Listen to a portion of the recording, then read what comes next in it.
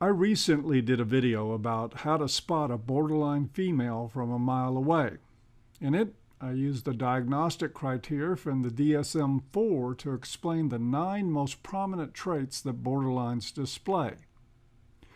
The thing is that many of these symptoms, when they present themselves in the context of a relationship, are already doing damage. By the time you can say for sure that she's BPD, you may have a huge mess on your hands. So rather than playing armchair hindsight psychologist, it is better to make sure you don't have to. Life with a borderline is a bitch.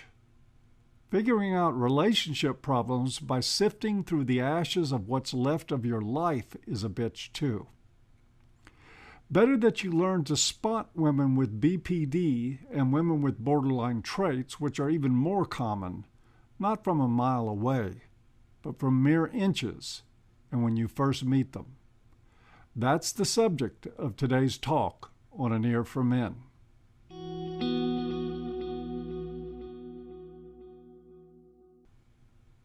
Borderline women are dangerous. In their wake, they leave men who are broke, incarcerated, demonized, and sometimes dead. That's not a joke or hyperbole. It is a fact of life.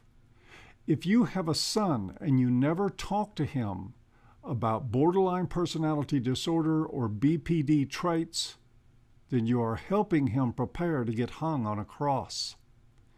And yes, there are males with BPD, so this information is important to gay men as well. It's important to women too, but since there's already a disproportionate amount of support for women in this society, I'm confining my talk to how the disorder affects men. Keep in mind that this information won't do anyone any good if they're still a slave to romantic chivalry and the power of infatuation. While those fatal flaws are active, it makes it impossible to put any of this into perspective, much less practice. If you can't think straight from the beginning when it comes to a woman, you're only helping her sharpen the blade that she will invariably slide into your back. Because of that, I have added permanent links in the low bar to information on romantic chivalry and gynocentrism. Now, down to business.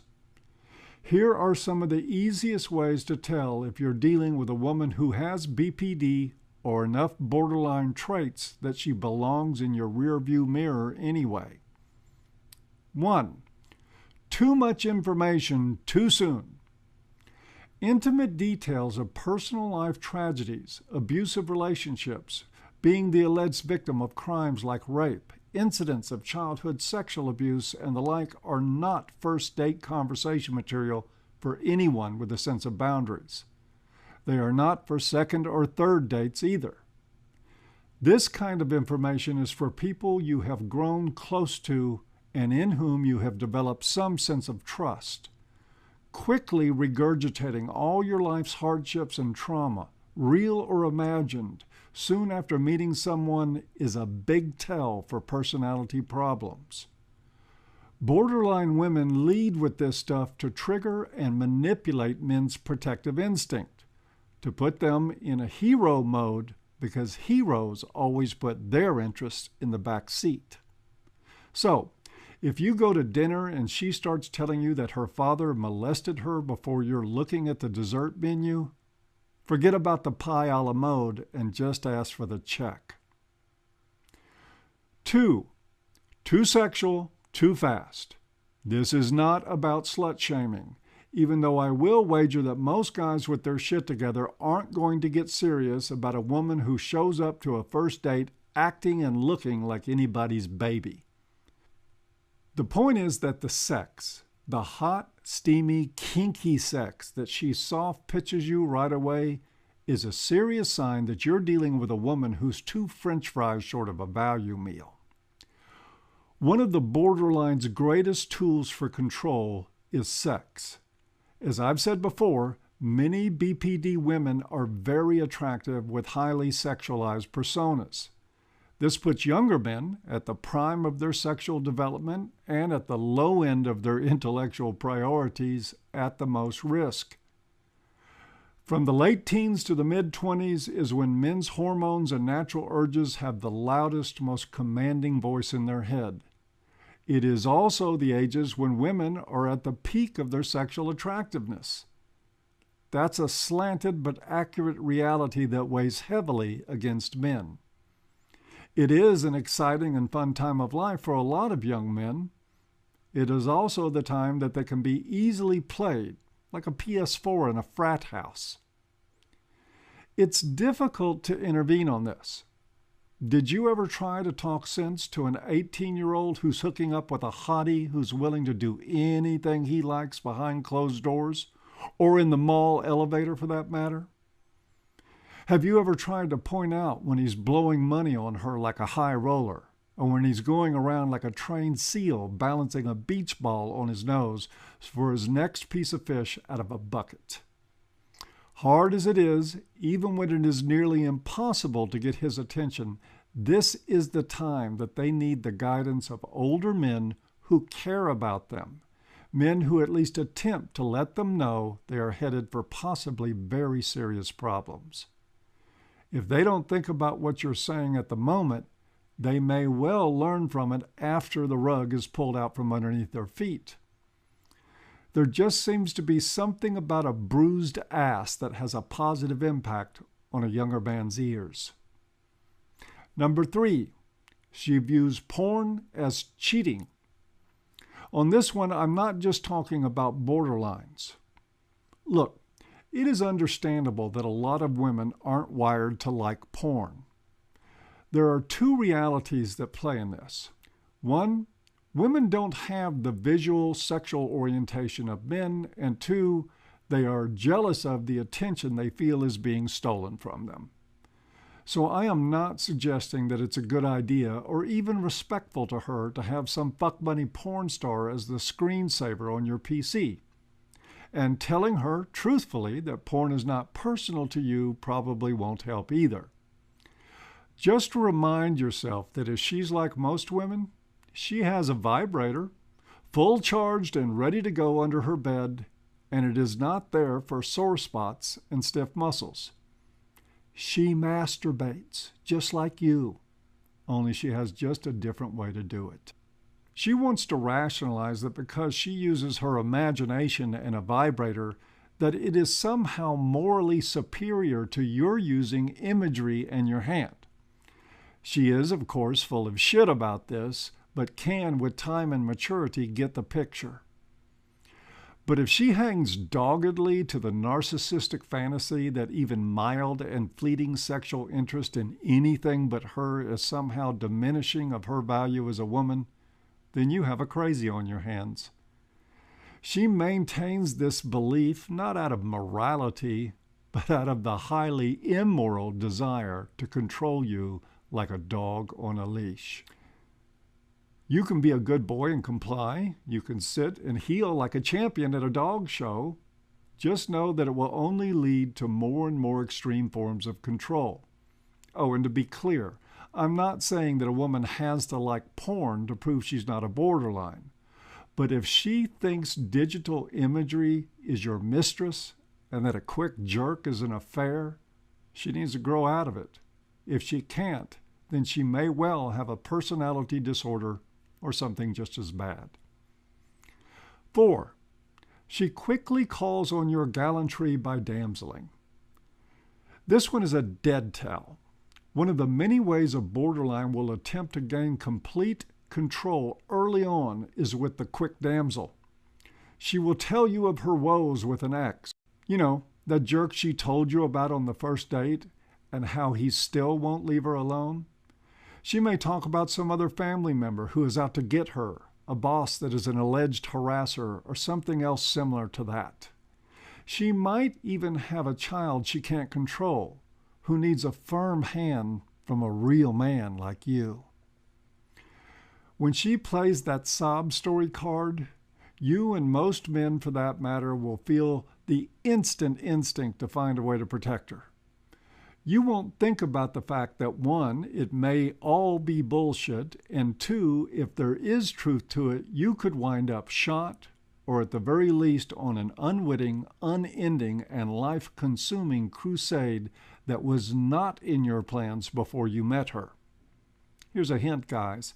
If you meet someone and then find yourself transformed into a white knight on a matter that started before you met her, you're being played. No exceptions. Number 5, love bombing. I included this one in my last Thursday tip, and I did so for a good reason. Love bombing is when she launches repeated sorties of gushing love using laser-guided hellfire missiles of adoration that are locked onto your heart. She tells you before she knows your middle name that you're the mostest specialist person she has ever met in her whole life, or at least in the last 24 hours.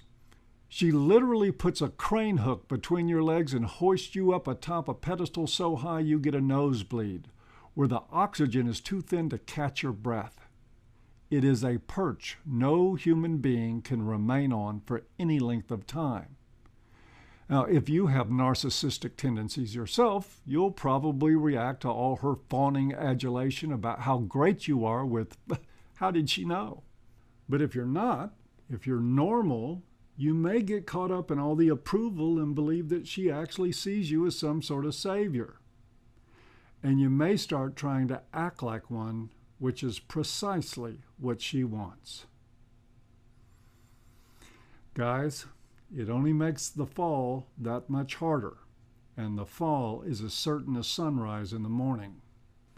When you find yourself to be the target of a love bomb, and she tells you how remarkably perfect you are after a few hours of spending time together, try asking, how could you possibly know that?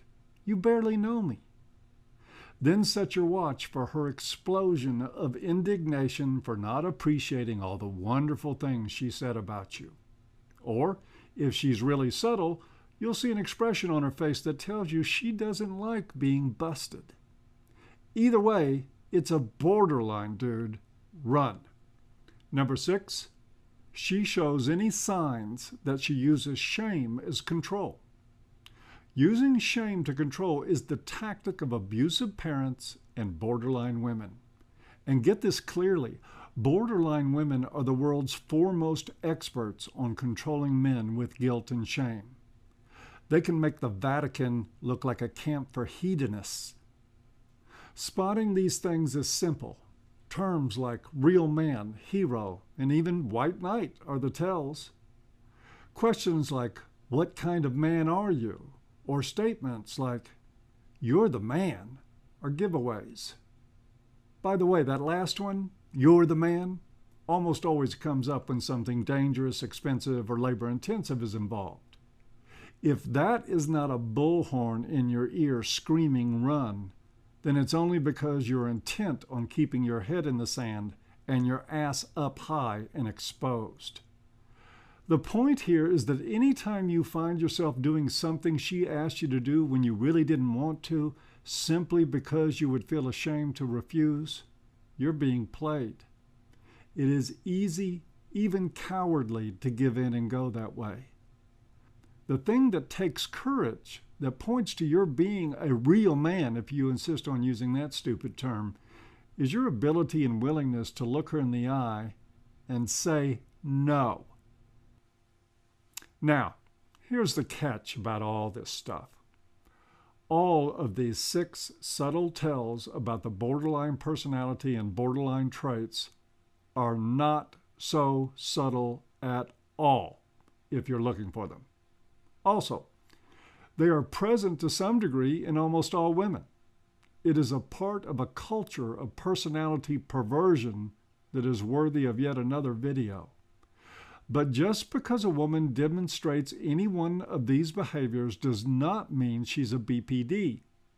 On the other hand, if she demonstrates all or some of them consistently, then you have a problem on your hands, the solution to which is found only at the nearest exit. Even if she's not a borderline, if she engages in this stuff as a matter of routine, she might as well be. Now, this has a bad side and a good side. The bad side is that it totally forces you into the driver's seat. The responsibility is all on you to evaluate, test, and screen for problems that can, if left unchecked, cost you money, your freedom, and even your life. The good news is that it totally forces you into the driver's seat. The opportunity is all yours to evaluate, test, and screen for problems that can, if left unchecked, cost you money, your freedom, and even your life. It is certainly more of an art than a science. You will need to learn to rely on your gut and your instincts. Only you can look at her behavior and make the determination whether she is normal but teachable or disordered and irreversibly dangerous. The trick is in knowing that if you let your sex drive or your programming in romantic chivalry do the screening, you might as well just accept life as a borderline magnet and call it a day. Spend your time preparing for family court hell and saying goodbye to your children if you are unfortunate enough to have had any with this kind of woman. The one great, I'd say spectacular strength of men is their logic and ability to calmly and rationally evaluate circumstances in life well enough to make sound, wholesome decisions. Their one great weakness is that this strength is often hobbled when it comes to dealing with females. In the end, though, every man who wants to succeed must live with the truth that no one has a gun to his head and that he has a choice about what he's going to do. Winding up with a destructive borderline completely trashing your life only happens because you allow it. There are no victims, just volunteers. Well, that's it for today's talk on An Ear for Men. As always, I hope you've enjoyed, even if you haven't, and we'll see you next time. Hey guys, it's time for Thursday's Tip of the Week again. Remember, your values are often a harder guide to follow than your penis or your urge to play romantic chivalrist. The former can get you scorned and rejected. The latter can get you pats on the head and occasionally a booty to tap. But I've never gotten an email from a man begging me for help because he was in trouble for putting his values ahead of his desire to please a woman. And trust me, I get a lot of letters from men begging for help. The sad news is that when I write these guys back, it is almost always to tell them that there's nothing I can do for them. I always suggest they get a lawyer if they can still afford to pay for one, but I know that lawyers, like borderlines, can have catastrophic results too. Remember that while your values come with a higher risk of rejection, it is always by women who are doing you a favor to get lost. I'd much rather get an email from you complimenting or even criticizing my work than telling me you need help trying to stay out of prison. Well, thanks again for watching. Remember, subbing to this channel, liking the videos, and sharing them on other social media platforms helps us spread the message. So does visiting the Patreon page and making a pledge. The link for that is also in the low bar. Here's to you, your values, and to a crazy free life. Bye-bye now.